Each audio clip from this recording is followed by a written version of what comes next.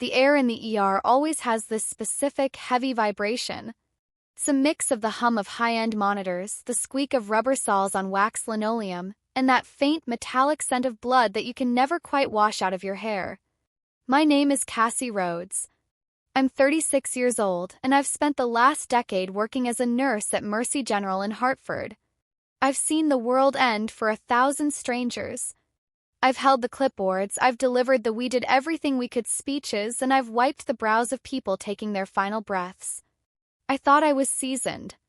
I thought I was untouchable. I was wrong. If you really connect with my story, hit that subscribe button and join our community. It would mean the world to me. And please drop a comment below letting me know what time it is and which city you're hearing my story from. Now, let's get back to the story. It was a Tuesday in November. One of those biting, gray Connecticut days where the sun gives up by 4 in the afternoon and the wind off the river feels like it's trying to peel the skin right off your face. I had clocked in at 6 a.m., kissing my husband Jackson goodbye while he was still half asleep and grumbling about the coffee being too hot. I'd ruffled my daughter Maya's hair while she was obsessing over her mismatched socks, and I'd given my 5-year-old son Brooks a squeeze as he gripped his stuffed wolf commander like his life depended on it. By 9 p.m., the shift was a meat grinder. We had 3 overdoses in the waiting room and a pileup on I-84. I was tired, the kind of tired that settles into your marrow, but I was doing my job. Then I saw my charge nurse, Sarah, walking toward me. Sarah is a veteran. She's seen it all. But her face was the color of a fresh sheet of paper. "Cassie," she said. Her voice was too quiet. Too steady. "Break room. Now." My stomach did a slow, sickening flip-flop. I knew that voice. I'd used it myself on a dozen different nights to tell a mother her son didn't make it. I followed her, my legs feeling like they were made of lead. Inside the break room, 2 Connecticut state troopers were waiting. One was holding his hat against his chest, staring at his boots. The other looked me dead in the eye with a look of pure, unadulterated pity. "Mrs. Rhodes," the older one said, "there's been an accident on Route 44. He didn't have to say anything else. I knew that road. It's a death trap in the rain. A man named Derek Vance, he blew a red light. Doing over 60. He hit your husband's SUV broadside. Jackson was gone at the scene. Your daughter, Maya, she passed in the ambulance. I didn't scream. I didn't even move. It was like my soul had just exited the building. Brooks," I whispered. "Where's my son?" Trooper hesitated. "He was brought here, Cassie. To Mercy." I bolted. I didn't hear Sarah calling my name. I didn't care that I was still in my Navy scrubs. I ran through the corridors I had walked 1,000 times, my heart hammering against my ribs like a trapped bird. I reached the pediatric trauma bay just as the doors swung open. A doctor I'd worked with for years, Dr. Eris, was standing there. He didn't say a word. He just shook his head. Brooks was gone. He had made it to my hospital, my place of work, and I hadn't been there to hold his hand. He was 5 years old. He probably had Commander the Wolf in his hand when the light went out. I collapsed. I didn't care about the germs or the dirt. I hit that cold linoleum floor and I felt like I was suffocating. I wanted to scream until my lungs gave out, but all that came out was a jagged, hollow wheeze. Sarah knelt down next to me, her hand on my back, but I couldn't feel her. I could only feel the emptiness. After a while, I don't know how long, I remembered my phone. It was sitting in my locker. I needed my mom. I needed my dad. I needed the people who were supposed to be my home. My hands were shaking so badly I almost dropped the phone 3 times. I dialed my mother. It rang 4 times. When she picked up, I could hear music. Laughter. Shouting. "Hello, Cassie? Look, make it quick. We're about to cut Chloe's birthday cake." "Mom," I choked out. "Jackson is dead. Kids. The Maya and Brooks, they're gone. I'm at the hospital. Please come." There was a silence on the other end. Not a shocked silence. A heavy, annoyed silence. Cassie, my mother's voice dropped. She was using her don't make a scene voice. I hear you. That's just terrible. But you have to understand we have 30 people in this house. The catering was a fortune, and Chloe has been looking forward to this party for months. We can't just walk out on her birthday guests. I felt the air leave my lungs. Mom, my children are dead. My husband is dead. I know, honey. And I'm so sorry. Truly. But what do you want me to do right now? You're at the hospital, right? I'm sure your friend Maria is there. Let her stay with you tonight, and I'll call you in the morning to talk about, the arrangements. Okay? Be strong. Click. She hung up. 9:47 p.m. 7 seconds of silence. Then she chose a birthday cake over her own daughter's grief. I stared at the call log for what felt like an eternity. I called my father next. George Ashford picked up on the second ring, but I could hear him stepping outside into the wind. Yeah, kiddo. Your mother mentioned it. Tough break. We'll come see you next week. Hang in there. He hung up too. I tried Chloe. Voicemail. She texted 2 hours later. Mom told me. So sorry.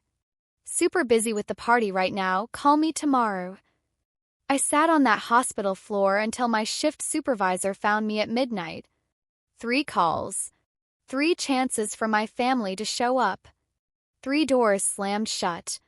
And that was the moment I understood something I'd spent 36 years pretending wasn't true. My family didn't forget me. They didn't get overwhelmed. They looked at the worst night of my life, waited against a sheet cake and some balloons, and they made their choice. The funeral was on a Saturday, November 18th. It rained, a cold, steady Connecticut rain that turned the cemetery grass into a slushy mess. Pastor Miller from the community church presided. When I told him what happened, he'd driven to my house at 6 a.m. with coffee and a binder full of hymns. He didn't ask about my family.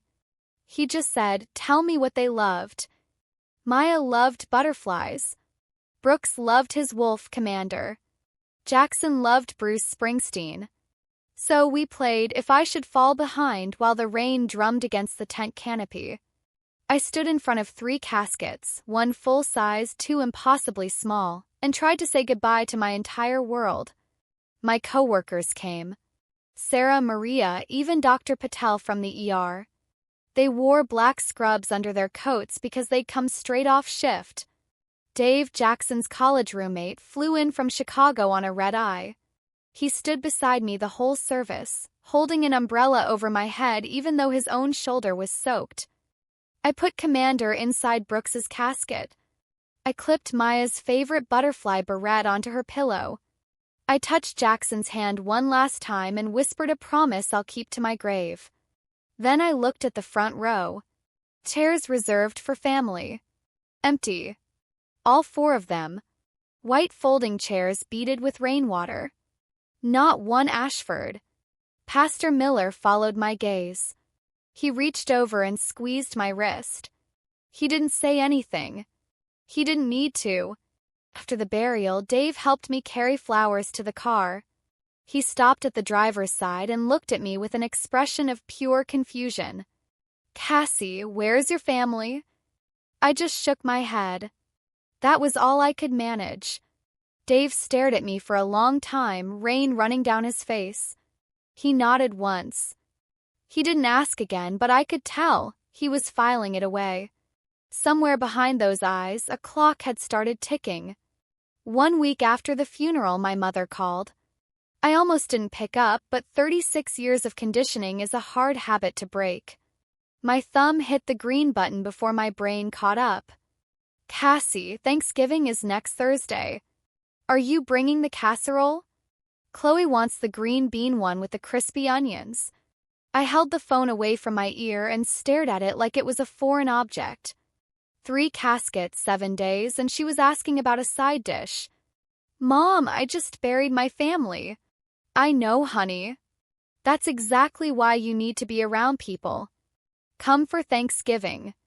It'll be good for you. Sitting alone in that house isn't healthy. Her voice was warm, concerned, and perfectly reasonable. If you'd overheard it without context, you'd think she was a saint. But I heard the machinery underneath. Come to Thanksgiving, bring the food, sit in the kitchen, serve the family, smile, and perform. By dessert, the funeral would be an inconvenience that happened last month. I can't do that, Mom. Don't be dramatic. We're your family. I hung up. No explanation. No argument. First time in my life. She called back 4 times. I let it ring. She left a voicemail. Cassie, this is ridiculous. You cannot just shut people out. Call me back. I stood in my kitchen, Jackson's coffee mug still on the counter, Maya's drawing of a purple horse still on the fridge, Brooks's booster seat still at the table. And I understood with absolute clarity. If I went back to that table, I would never leave it. I would spend the rest of my life serving people who couldn't be bothered to attend my children's funeral. I typed one message into the family group chat. I need space. Please don't contact me. I'll reach out when I'm ready. Then I set the phone down and waited. Linda's response came in 90 seconds. This is unacceptable. You do not get to just disappear on this family. George, 2 minutes later. Your mother is very upset. Please call her. Chloe, an hour later. Wow. Okay. Guess I don't have a sister anymore. Cool. I blocked all 3 numbers. I muted the group chat. I sat on the edge of my bed and let the silence settle around me like snow. The next morning, I called a therapist. Dr. Ellen Shaw. Small room, 2 armchairs, a box of tissues on every surface. In our first session, she asked a question that knocked the wind out of me. When was the last time your family showed up for you, Cassie? I opened my mouth, closed it, and thought about birthdays, graduations, Maya's first steps, Brooks's first word. I thought about who was there and who wasn't. The answer sat in my chest like a stone. Silence. Dr. Shaw just nodded. We'll start there, she said. I went back to work the following week. My colleagues covered for me without being asked. Sarah handled my charts. Dr. Patel assigned me to lower intensity cases until I found my footing. One night, a DUI victim came in. 19 years old, shattered pelvis. I made it to the supply closet before my knees buckled. Dave called that same week. Just checking in, Cass. How are you? Really? I'm surviving, I told him. That's enough for now. Jackson's lawyer called me, Dave said. Julian Thorne. He needs to talk to you about some paperwork Jackson filed. You know him? I didn't. I didn't even know Jackson had a private lawyer. Julian Thorne's office was on the 2nd floor of a brick building in West Hartford, right above a bakery that made the whole stairwell smell like sourdough. He was a tall man, mid-50s, with reading glasses and a handshake that felt like a promise. Jackson and I went to Yukon together, he said, settling into his chair. We stayed in touch. He came to see me about 8 months before the accident. 8 months? That would have been March. Around the time Jackson had started locking his home office door for an hour every Sunday evening. I'd assumed he was just grinding on a project. Julian slid a manila envelope across the desk. Jackson purchased a term life insurance policy 8 months before the accident. $7 million. You are the sole beneficiary. I didn't move. The number didn't register. It was too large, too foreign. 7 million? He was making good money at the firm, Julian continued. Excellent health, non-smoker. Premiums were manageable. He set it up specifically because... Julian paused, choosing his words carefully. He told me about your family situation, Cassie. Not in detail. He just said, if something happens to me, she'll be alone. Her family won't help her. I need to know she's covered. There was a letter inside the envelope. Jackson's handwriting, the left-handed scrawl I used to tease him about. I didn't read it in the office. That felt too public. But Julian told me the last line. Jackson had asked him to tell me if I seemed hesitant. You always take care of everyone else. Let me take care of you this one last time. I pressed that envelope against my chest and I cried. Not the hollow, shocked crying from the hospital floor. This was different. This was the grief of being loved so completely by someone who always knew, that the people who should have protected me never would. Jackson couldn't save himself, but he'd reached across death to save me. I didn't touch the money for weeks. Sat in an account while I stared at the ceiling, trying to figure out what a person does with $7 million that arrived because her family died. Spending it on myself felt wrong. Saving it felt hollow. The number was a ghost. Jackson-shaped, Maya-shaped, Brooke-shaped. I couldn't look at it without seeing their faces. Dr. Shaw was the one who cracked it open. What would Jackson want you to do with this? I thought about that for a long time. I thought about the 19-year-old DUI victim in my ER.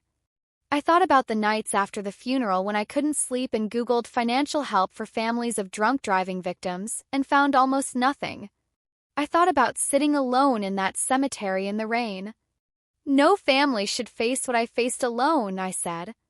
The idea took shape slowly, then all at once. A foundation. Not a memorial plaque or a bench in a park. Something that worked.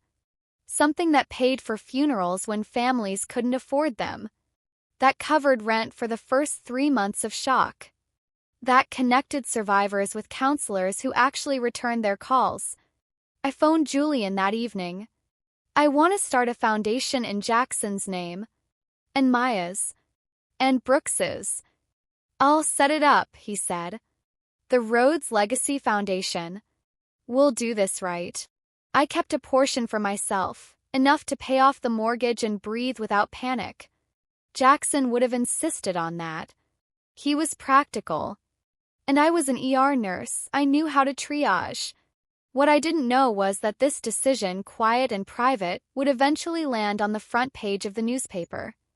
And that front page would reach a house in West Hartford, where a woman named Linda Ashford was about to discover that the daughter she'd dismissed had become someone she couldn't ignore. While I built the foundation, the truth was building something of its own. In a town like Farmington, nothing stays secret. People talk at the diner. They talk after church. And the question that kept circling back, over coffee, over casseroles, was a simple one. Where was Cassie's family? Pastor Miller never said a word publicly. He didn't need to. People noticed the empty front row. People remembered.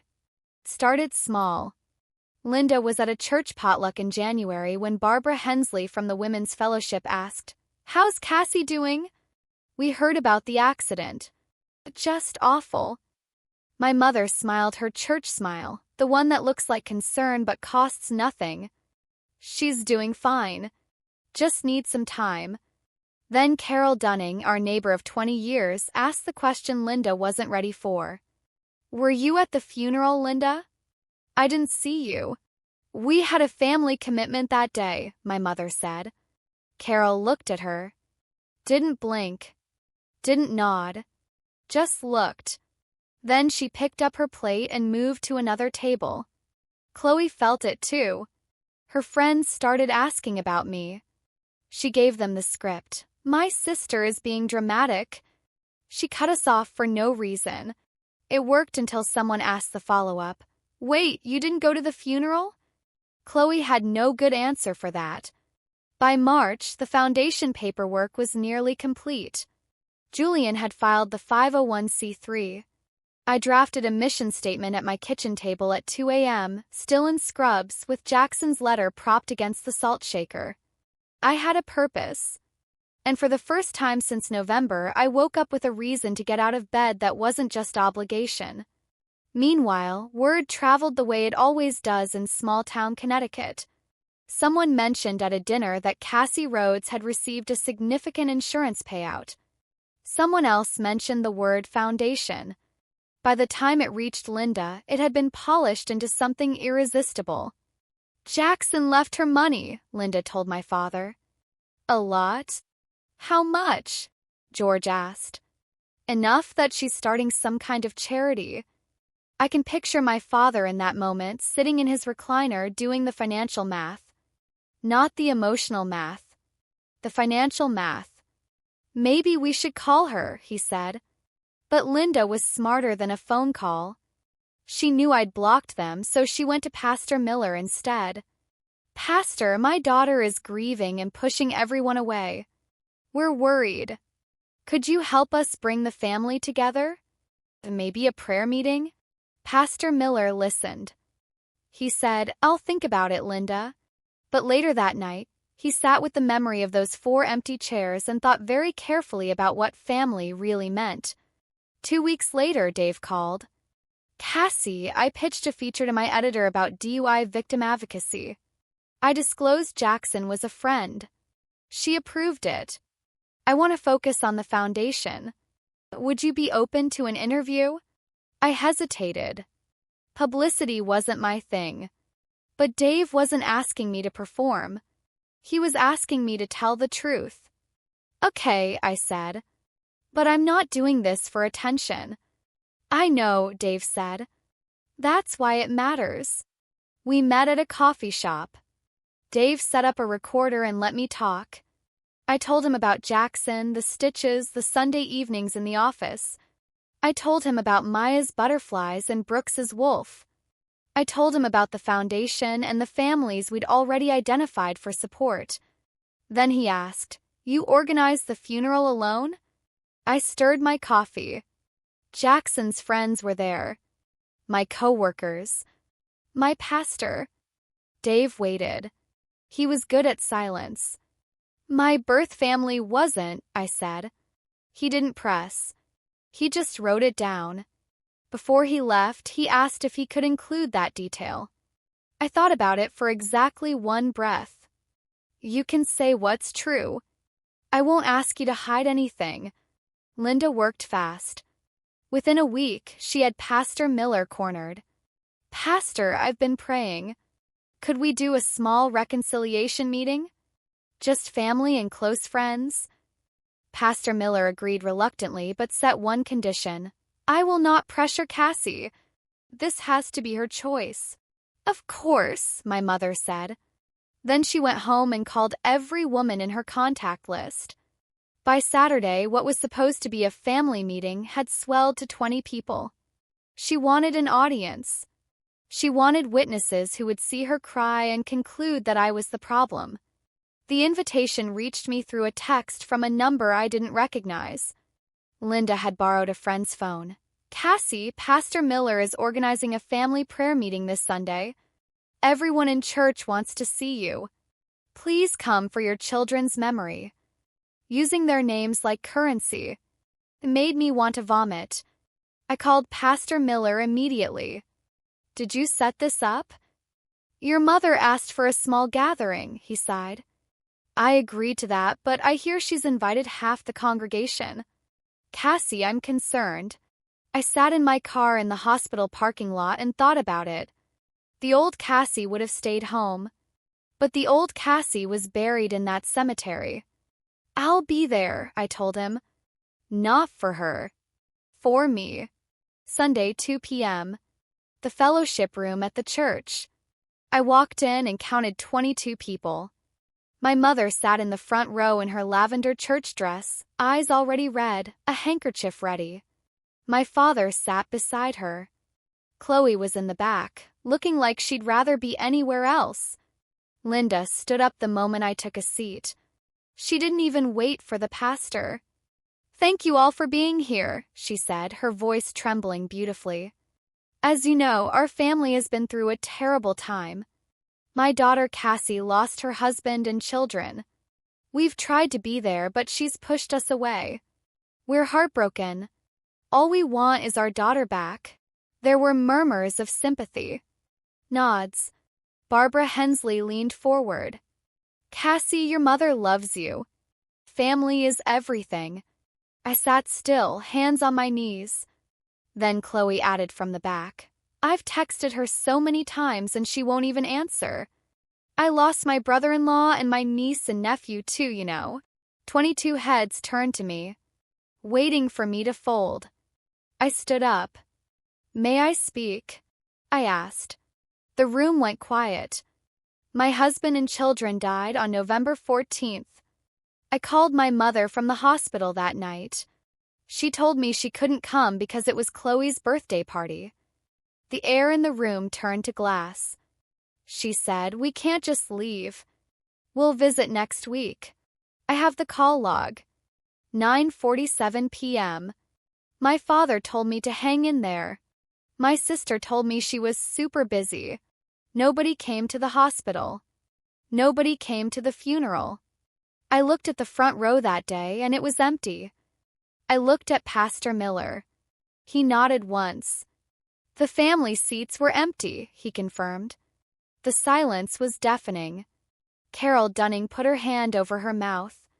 Barbara Hensley set her coffee down and didn't pick it up again.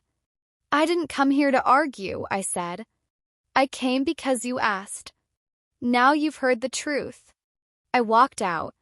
I didn't slam the door. I just closed it. In the parking lot, Chloe ran after me. "Cassie, wait. That's not fair. You're making us look terrible." I unlocked my car. "I didn't make you look like anything, Chloe." I told them what happened. 3 weeks later, Dave's article went live. The headline, "Local Nurse Turns Heartbreak into Mission, $7 million Gift to DUI Victims," talked about the foundation, the lives being helped, and Jackson's quiet planning. And in the 7th paragraph, Myers organized the funeral with the help of co-workers and friends. Her birth family, she said, was unable to attend. 8 words. That was it. No names, no accusations, no flowery adjectives to soften the blow, just 8 words that landed with the weight of a dropped piano. Her birth family, she said, was unable to attend. The article didn't just stay in Hartford. Didn't just sit on coffee tables or line bird cages. It moved. It had a life of its own. It was shared 4,000 times in the first 48 hours. By Monday, my phone was buzzing with a call from NBC Connecticut. By Tuesday, the Mad Connecticut chapter had emailed my foundation's new address.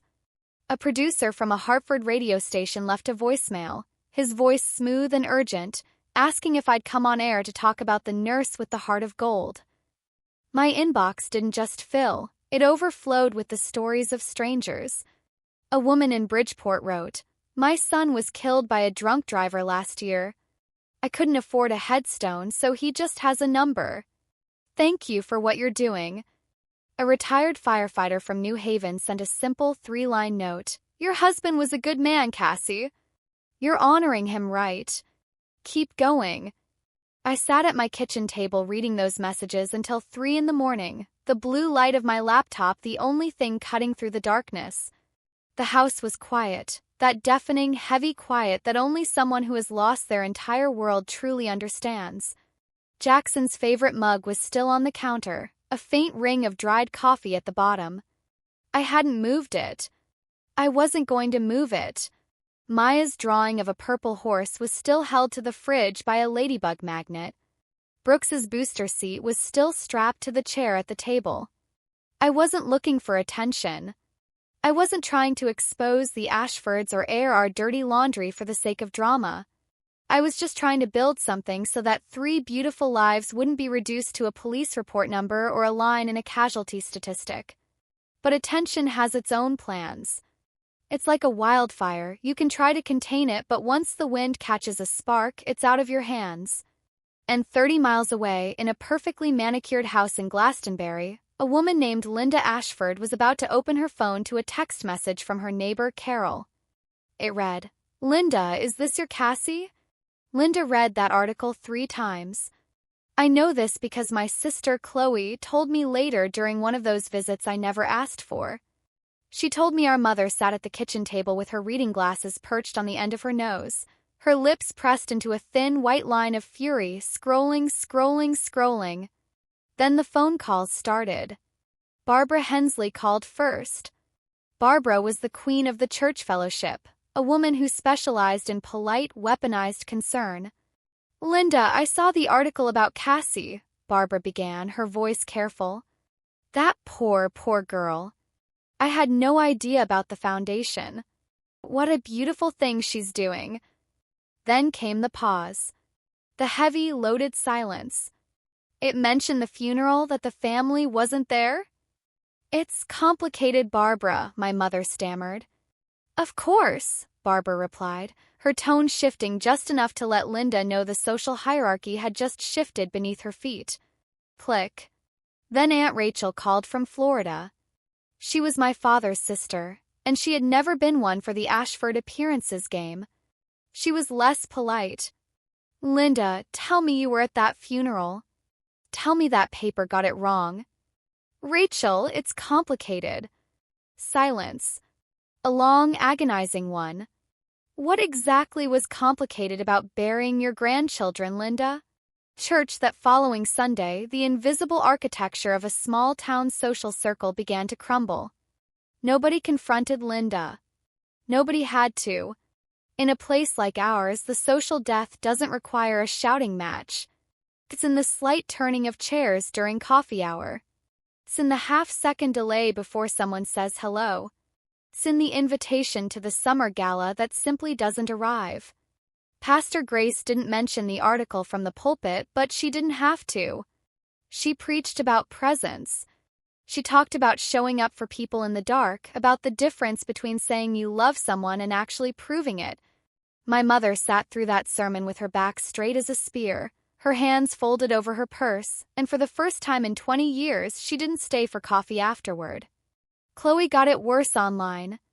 One of our mutual high school friends posted the article with a caption that said, "This is the kind of person the world needs." Someone, a stranger to Chloe but a friend of the friend, commented, "Can you imagine choosing a birthday party over your own niece and nephew's funeral?" Some people are monsters.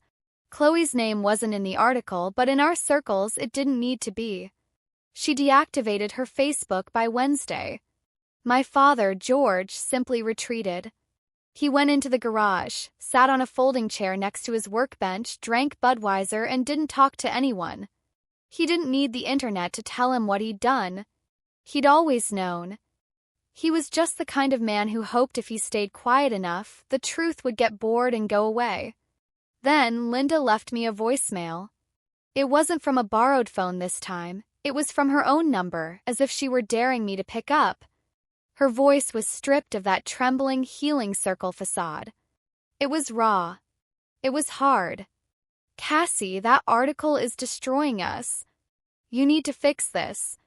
Call that reporter and tell him to take it down. Now." No apology. No, "I'm sorry." Not even a "how are you holding up?" Just a command to protect the one thing she valued more than her own child. Her reputation. Chloe showed up on a Thursday evening, unannounced. I was in the kitchen making pasta, one serving the way I'd had to learn to cook now when the doorbell camera buzzed. There she was on the screen, puffy eyes, a messy ponytail, clutching her purse strap like it was a lifeline. She looked the way she always looked when she wanted something, wounded and slightly rehearsed. Part of me, the part Dr. Shaw was teaching me to listen to, wanted to see if the shame had actually cracked something open in her. I wanted to see if my sister was still in there, or if she had been completely swallowed by the Ashford machine. So I opened the door. "Can I come in?" she whispered. "Please, Cassie." I let her in. I poured her a glass of water. I sat across from her at the kitchen table, the table where Brooks's booster seat still occupied the fourth chair, and I waited. Chloe cried for 10 minutes straight. Were they real tears or performance tears? With her, I'd stopped being able to tell the difference. She wiped her face with her sleeve and launched in. "Cassie, I can't take this anymore. Everyone hates us. Mom won't stop crying. Dad won't talk to anyone. I miss you." She glanced at the fridge, at Maya's drawing. "I miss Maya and Brooks. It was the first time she'd said their names since the night of the accident. It hit me like a physical blow.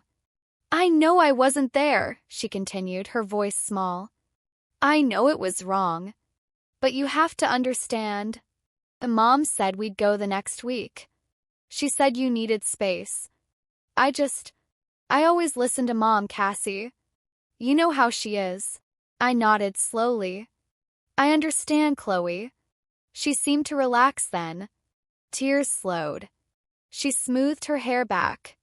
And then, like a door swinging open to reveal the hidden rot in a room, the real conversation started. "So, Jackson left you money, right?" She tried to sound casual. She failed miserably. "The article mentioned the foundation, 5 million? 7? I set my glass down. The sound of the glass hitting the wood was like a gavel. "That's a lot to manage alone," she said, leaning in. "I could help. I could be on the board or something. I'm between jobs right now, and I thought—" "Chloe," I interrupted, my voice flat. "You didn't come to their funeral. You didn't call me for 3 months. And the first real conversation we have in this house, you're asking me about a board seat and a salary?" Her face flushed a deep, ugly red. "That's not what I think you should go." She stood up, grabbing her purse. At the door, she turned back with the only weapon she had ever known how to use. "Mom is going to be really upset about this, Cassie. You're being cold." I closed the door gently. Not with a slam, but with a click. The way you close something you never intend to open again. I called my lawyer, Julian Thorne, the next morning. "My family is starting to circle," I told him. "Not because they're sorry, but because they found out about the money." Julian was quiet for a moment. I could hear him setting down his pen on his mahogany desk. "What do you need, Cassie?" "Protection," I said. "For the foundation and for myself." He walked me through it calmly. The Rhodes Legacy Foundation was a separate legal entity, a 501c3 with its own board, its own accounts, and its own governance. No Ashford had a legal claim to a single penny of it. My personal inheritance from Jackson's life insurance was exactly that, personal. Connecticut law was clear. Life insurance proceeds go to the named beneficiary. Period. "But what about the pressure?" I asked. "The showing up? The voicemails? The guilt trips?" "We send a letter," Julian said. "A cease and desist. It's formal. It's firm. It asks them to stop unsolicited contact, to stop appearing at your home without an invitation, and to stop approaching foundation partners. It's not a lawsuit, but it puts them on notice. If they escalate, we'll have the documentation we need for a restraining order." I thought about that word, boundary. Dr. Shaw used it every week. It had always sounded clinical to me, like something in a textbook. Now it was something I was going to mail to my mother. "Send it," I said. Julian paused. "Are you sure, Cassie? Once this letter goes out, the tone of the relationship changes forever." I looked at the kitchen counter. Jackson's mug was still there. One small rebellion against a world that wanted me to move on faster than I could. "Julian," I said, the tone changed the night they chose a birthday party over 3 funerals. "Send the letter." He sent them by certified mail the following Monday. 3 copies. 3 addresses. 3 members of a family that had spent my entire life treating my silence as permission. The silence was officially over. Linda called Julian's office 48 hours after the letter arrived. His receptionist told me later she could hear my mother's voice through the receiver from across the room. "A cease and desist? From my own daughter? How dare you turn my child against her family?" Julian took the call. He told me afterward that he kept his voice at room temperature, steady, professional, and utterly immovable. "Mrs. Ashford, I represent Cassie's legal interests. The letter is clear. Please respect its terms." "She's not thinking straight," Linda snapped. "Grief has made her irrational." you and that insurance money are filling her head with. The terms are clear, Mrs. Ashford. Have a good day. He hung up. But Linda wasn't done. She never was. Within a week, she drafted a letter of her own. She wrote it by hand on her good stationery, the cream-colored heavy stock she used for church correspondence. She mailed copies to 6 prominent members of the Women's Fellowship. In it, she described a daughter lost to grief and bad counsel. She spoke of a family torn apart by outside influences, and a mother who was desperately trying to reach her child before it's too late. She asked them to pray. She asked them to intervene.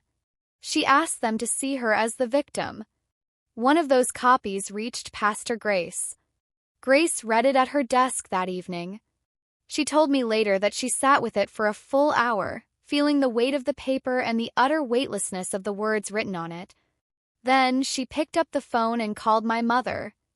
"Linda, I've been patient," Grace said, her voice quiet and final. "But I was at that funeral. I saw those empty seats. I will not circulate this letter, and I think it's time you stop telling people a story that isn't true." There was silence on the line and then a dial tone.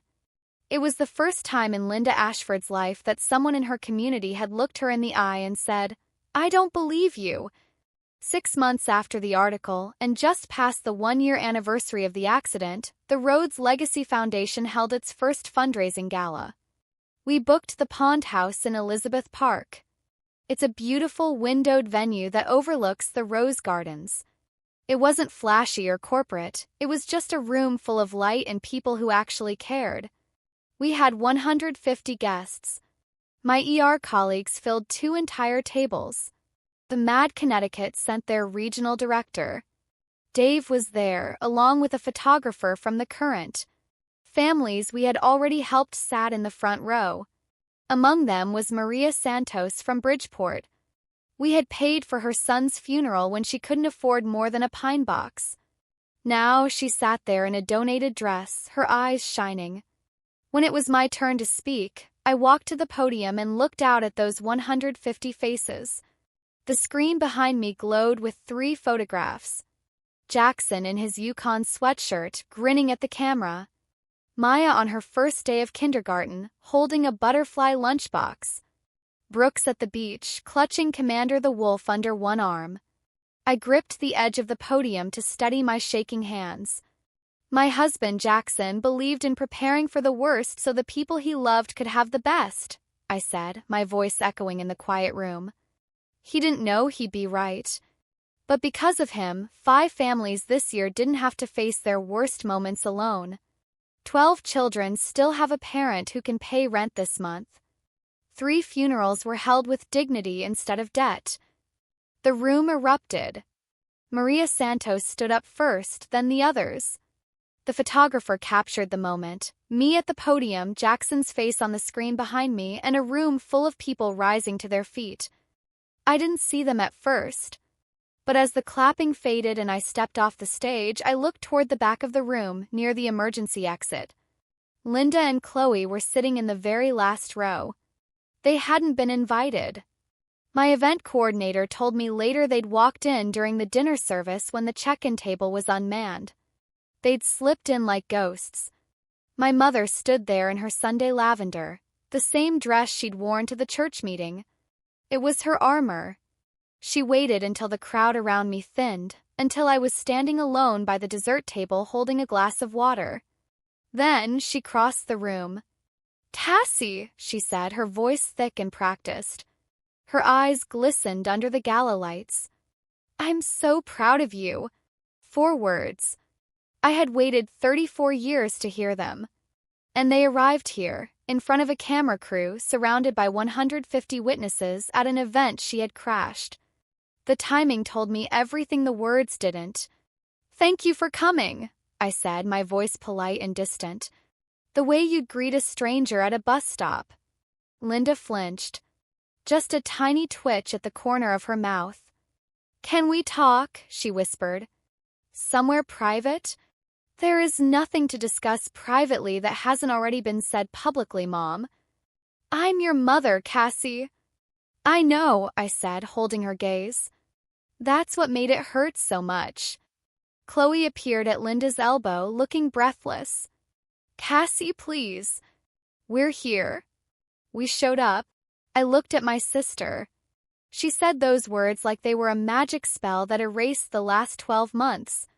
You're a year late, Chloe. Before they could respond, Julian appeared at my side. He didn't say anything to them. He just looked at me. Cassie, the mad representative, would like a word before she leaves. Excuse me, I said to both of them, and I walked away. I didn't look back, but my coordinator told me what happened. Linda stood in the center of that bright, crowded room, holding an untouched glass of sparkling water, and nobody spoke to her. Nobody approached her to offer a chair. Nobody asked for her opinion. Chloe eventually tugged at her sleeve, and the two of them slipped out through the emergency exit.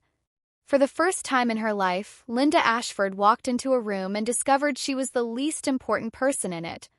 The fallout came quietly after that. No explosions, no more public shouting matches, just the slow, methodical rearrangement of a small town's loyalties. Within 2 weeks of the gala, Linda received a call from the church office. The Women's Fellowship was restructuring. Her position as co-chair, the crown jewel of her social identity, was being rotated to fresh voices. They thanked her for her service. They wished her well. The subtext was deafening. Linda stopped attending Sunday services. The first Sunday she missed, nobody called to check on her. The second Sunday, someone mentioned it during coffee hour, and Barbara Hensley simply said, "She probably needs the time." Nobody argued. Nobody reached for their phone. The neighborhood shifted, too. Carol Dunning organized the annual block party in June, a task Linda had claimed for a decade. The invitation list went out, and the Ashford household wasn't on it. Chloe lost her circle piece by piece. Old friends stopped texting back. A group chat she'd been in since high school went quiet every time she posted. She started seeing a therapist in April. Whether it was out of genuine remorse or a desperate attempt at social survival, I don't know. Maybe it was both. People are complicated, even the ones who break you. Then, on a Tuesday evening, my phone buzzed with a text from an unsaved number. I should have said something that night. I know that now. I'm sorry, kiddo. Not because of the article, but because I was wrong. Dad. I read it twice. 3 times. I showed it to Dr. Shaw at our next session. How does it feel? She asked. Like a door, I said. One I don't need to open yet, but maybe someday. I saved the message. I didn't reply. Not yet. 1 year. November 14th again. Tuesday, just like the first one. The sky was that same flat New England gray. There was a damp chill in the air that worked its way under your collar and stayed there. I drove to the cemetery before my shift started. The graves were neat. I paid for the maintenance, and I visited on the 1st and 15th of every month. But today was the anniversary. The one everyone warns you about. I brought fresh flowers. Sunflowers for Jackson because he always said roses were trying too hard. A small bouquet of daisies shaped like butterflies for Maya. And for Brooks, a new commander. The original wolf was buried with him, but I'd started a tradition of bringing a new one and leaving it by the headstone for a few days before donating it to the toy drive at the hospital. I sat on the grass between the 3 stones and talked to them. Out loud. I told them about the foundation. I told them about Maria Santos' son, who now had a beautiful granite headstone instead of a number. I told them about the family in New London whose landlord we'd paid off so they wouldn't be evicted while they grieved. I told Jackson about his letter. I told him how I kept it in my nightstand and read the last line whenever the house got too quiet. I told him I finally understood what he was doing those Sunday evenings when he locked his office door. He wasn't hiding. He was building a wall between me and the worst-case scenario. You always said I'd take care of everyone but myself, Jax, I whispered. I'm trying. I'm really trying. The wind picked up, bending the sunflowers. A cardinal landed on a nearby branch, watching me with one black eye, still as a heartbeat. I was different now. I wasn't healed. I don't think that word actually applies to this kind of loss, but I was steadier. I said no when I meant no. I didn't apologize for taking up space. I didn't cook for people who hadn't earned a seat at my table. Dr. Shaw told me once, "You're not who you were a year ago, Cassie." "No," I'd replied. "I'm who I should have been all along." If you're listening to this right now and you recognize your own family in this story, the dismissiveness, the guilt trips, the way they make you feel like your pain is an inconvenience, I want you to hear me. You're not crazy. You're not dramatic. You're not ungrateful. Setting boundaries with family is the hardest thing I've ever done. It was harder than 12-hour ER shifts. Harder than reading Jackson's letter for the first time. It was even harder than standing in front of those 3 caskets in the rain. 'Cause with grief, the world understands. People bring you casseroles. They lower their voices. They give you space. But when you set a boundary with family, half the world tells you you're wrong. She's still your mother. Blood is thicker than water. You'll regret this when they're gone. I've heard it all. From coworkers, from neighbors, from well-meaning strangers in the comments section of the newspaper. I understand why they say it. They aren't bad people. They just haven't sat on a hospital floor at 10 o'clock at night, listening to birthday music through a phone speaker 3 hours after their world ended. People who love you will show up. Not with excuses. Not with conditions. Not next week. They will show up. Jackson showed up. Every single day of our marriage, he showed up. My coworkers showed up in their Navy scrubs, straight off shift, standing in the rain. Pastor Grace showed up. And now, every family the foundation helps, they're my family too. I'm not telling you to cut off your parents. That's your call. But I am telling you this, your peace is not negotiable. And if someone treats your worst day as an inconvenience, you have every right to build a life without them in it. So where do things stand now? My father still texts sometimes. Short messages. Thinking of you. Saw a butterfly at the hardware store today, thought of Maya. I read them all. I haven't replied, but I haven't blocked him either. That feels like enough for now. Linda is still Linda. Last month, she recruited a family friend named Diane to call me. 10 minutes into the conversation, Diane casually mentioned, "Your mother isn't doing well, Cassie. Her blood pressure, her nerves." Same playbook. Same script. I recognized the tune the way you recognize a song you've heard 1,000 times on the radio. I wished Diane well and hung up. Chloe sent a letter on notebook paper. Not the cream-colored stationery. It was long, messy, with ink smudges where she'd crossed things out. "I'm in therapy now," she wrote. "I'm starting to see things I didn't want to see. I'm not asking for anything. I just wanted you to know." I put that letter in my nightstand next to Jackson's. I haven't answered it. Maybe I will. Maybe I won't. Forgiveness isn't a door I've closed, but it's not one I'm going to walk through just because someone knocks. The foundation is growing. In our second year, we helped 15 families. I was asked to testify at the state capitol about DUI sentencing reform. I said yes. I still work the night shift at Mercy General. I still wear the Navy scrubs. I still clock in at 7 and out at 7. The money didn't change what I do, it just changed what I'm able to build around it. And every night before I sleep, I whisper the same thing into the quiet of my house. Good night, Jax. Good night, Maya. Good night, Brooks. I carried your love today. I'll carry it again tomorrow. Last week, a 4-year-old girl came into the ER. She'd fallen off a swing and fractured her wrist. Routine. But she was clutching a stuffed rabbit and crying the way Brooks used to cry, that high, breathless wail that isn't about the pain but about being scared. I held her hand while Dr. Eris set the splint. I told her she was brave. I told her the rabbit was brave too. She stopped crying and asked me if the rabbit could have a bandage. I wrapped a tiny piece of gauze around the rabbit's paw, and she smiled so wide it broke something open in my chest. I made it to the supply closet. 30 seconds. That's all I needed.